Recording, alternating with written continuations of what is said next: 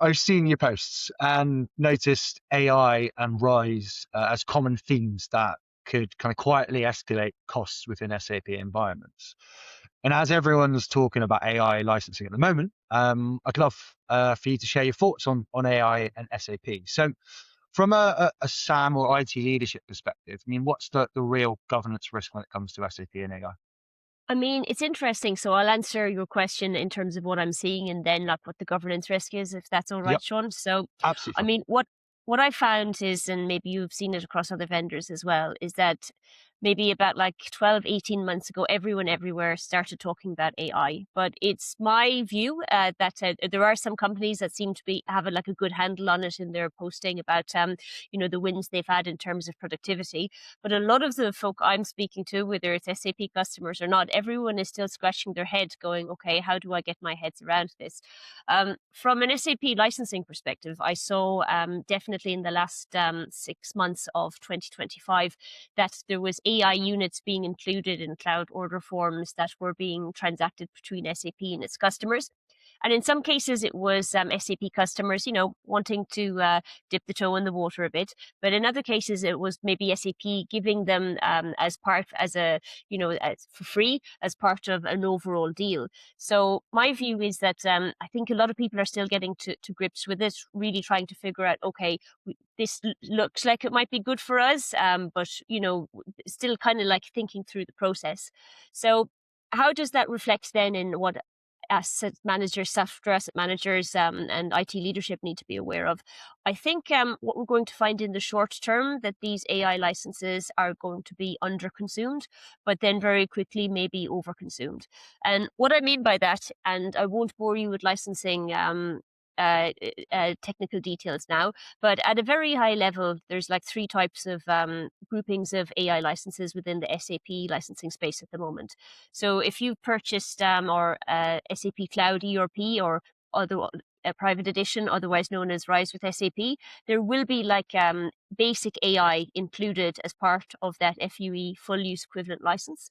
Then you'll get the premium AI, and that's typically packages built for specific purposes, and that will be like a package number of like units for a specific business purpose, for a specific role within an organization.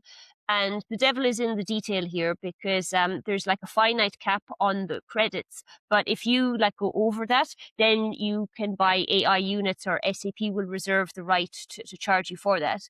And then we have right at the top of the tier is for those like, enterprise organizations. They want to build their own things. They don't want to do it from scratch. And that's completely on consumption credits. So I think in the short term, people will see this skew in their order form, and they might, I'm not saying every customer is this way, but some customers will be saying, all right, well, I need to figure out how to use these. But then very Hmm. quickly, when they do, then they'll have, it might suddenly spike, right? Because if we look Yep, at yep. BTP, it might be that there's, it depends on who you've allocated the right to use these in the organization. Hmm. Yep, yep. No, I mean, it's interesting when it comes to AI. Obviously, prompts. Everyone will prompt differently because everyone communicates differently. So I can imagine that might have something to do with obviously who's given the access to it. But certainly that may create an overconsumption quite quickly through. Uh, so how is AI currently being governed, or is it being governed properly in your experience? Well, I think my experience is the same as most other consultants' Hmm. experience out there, is that it hasn't been around long enough to give. I mean, everyone may have their opinions on, what it's going to be and what it will be and so on. But I don't think we're far enough down the track yet that, I couldn't with a straight face say to you today, oh, well, I've supported X number of customers and I've Yep. helped them optimize their AI licenses. Hmm. Maybe like looking at it as part of like a Rise with SAP deal, how many do you need? Why do you think you might need them? Demand forecasting.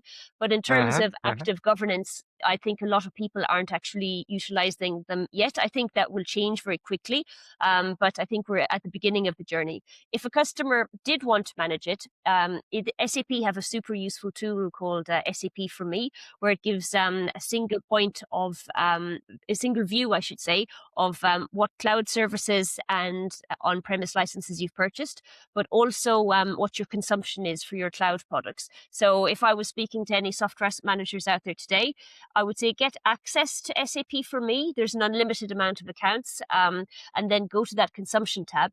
It won't tell you exactly, for example, you've purchased, in simple figures, 100 units and you're consuming 75, but it might say you're consuming, X percentage of the amount you've quantified, and you can keep a track on that then. And if you need to go a bit deeper, then you can go into the portal itself.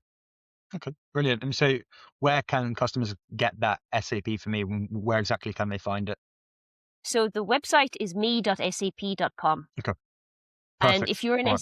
if you're an existing SAP customer, you'll just need to require like a login. Typically, if maybe you're working in more of a commercial or business facing role and you've never had need to access the SAP support portal, you probably would need to maybe contact your internal SAP team for an SID, it's called, and then you get access to the portal itself. And then they have it structured in such a way that you can request specifically what access you require. So it means that nobody is given privileged access for what they need, but maybe like a finance or procurement team, they only need to see the finance and legal parts, whereas maybe you have like a technical resource, they only need to see what systems are active, but they don't need to know how much your maintenance invoice is, that type Yeah. of thing.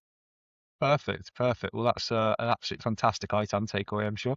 Many people will be I'll loving add it that. to my SAP tip now. It's good to know that you didn't know in a way, because sometimes it's trying to, okay, what would be useful versus what do people already know? So I'll make a note of that one, Sean, and I'll dedicate it to you, okay?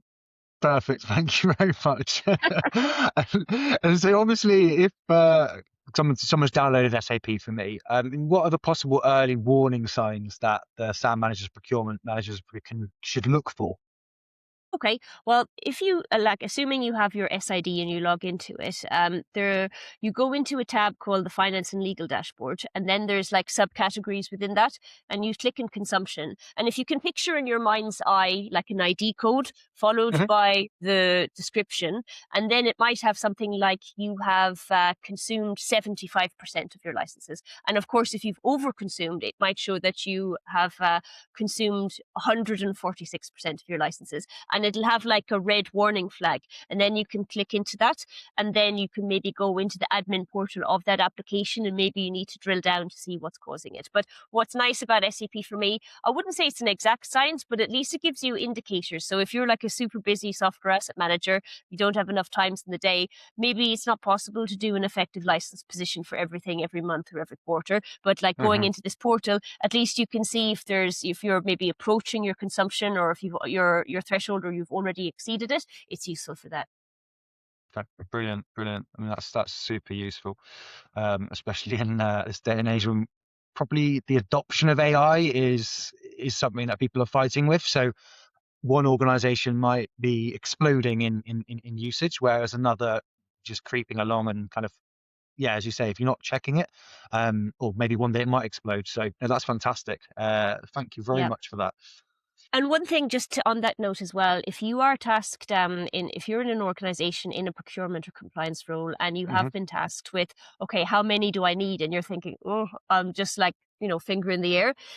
SAP do have calculators for both AI credits, units, and BTP. So it's always worthwhile just like playing around with that as well. And you'll be able to, mightn't be an exact science, but at least you're not completely shooting in the dark, and you can get a rough idea for what things will cost.